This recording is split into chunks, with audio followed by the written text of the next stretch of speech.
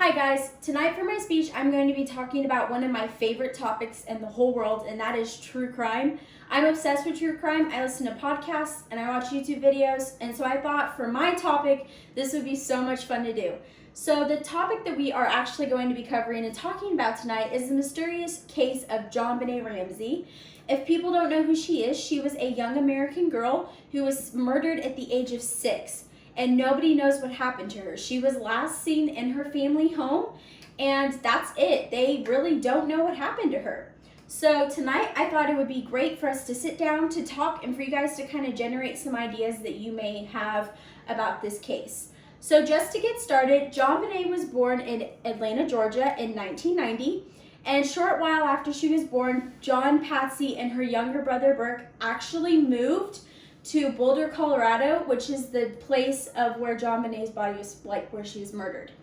So from the age of 1 to 6, JonBenet was entered in multiple pageants.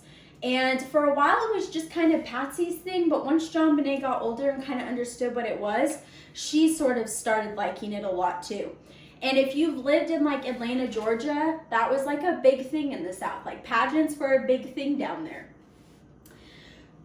A lot of spectators, though, say that JonBenet and Patsy's relationship was really strange. There were times that Patsy was really loving towards JonBenet, and there were times that she was very hateful. And she did make comments to multiple people that she wanted to know what it would be like without JonBenet around. She would say JonBenet always acted like a brat, and she always cried about everything, and she always acted spoiled. I mean, what can you expect? She's a 6-year-old girl. A lot of people also talk about how John and Patsy also seem to kind of neglect their other son. Their son, Burke, who was 6 years old at the time, was not really special needs, but he was very slow when it came to learning. But a lot of people kind of just neglected him, and they believed that that's what John and Patsy did. So Christmas rolls around, and I use this book because this book is the kind of the view of John and Patsy and how everything happened. So JonBenet was last seen and heard of on December 25th in the evening. JonBenet had gotten up when they were going to bed because she couldn't sleep, and Patsy pulled out a snack for her and her brother, and they ate a snack and then went to bed.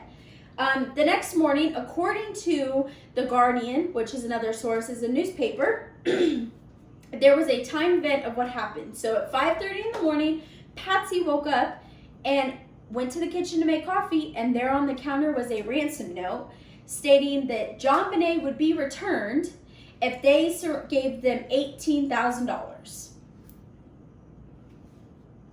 And it wasn't signed by anybody. They don't know where the note came from. So Patsy, I've also read a lot of sources before I continue this that said that Patsy actually waited about an hour to 2 hours before she actually called the police. But in this book, she does say that she called the police right away. So there's a lot of you don't really know there. So Patsy calls the police, freaking out to file a missing persons case because her daughter's missing. So the police come, and they look around the house. They bring Patsy in, they bring John in for questioning, they bring in the younger brother in for questioning. And about 10:30 at night, they go downstairs and they discover JonBenet's body downstairs in the basement, wrapped up, and it looked like she had been strangled and had a severe head wound, like she'd been hit in the head. Now, according to the coroner's office, JonBenet had actually been dead for at least a day. She'd been down there for a long time, so they were not sure. So after that, honestly, they closed the case in 2016. Nobody knows. But I do want to talk about a couple conspiracies real quick that people have, because a lot of people think about this. The first one I want to talk about that my sister brought up to me is that Patsy was actually jealous of JonBenet and John's relationship. She thought JonBenet loved John more than her, so maybe she killed her. There was also another conspiracy that I read by a girl named Kendall who does YouTube, and there was a conspiracy that Burke actually hurt JonBenet and her mom just covered it up. But there's also other conspiracies that just revolve around her parents being part of the crime, which honestly, in my opinion, I could see it. But I'm going to kind of talk about two strange pieces of evidence that the police found.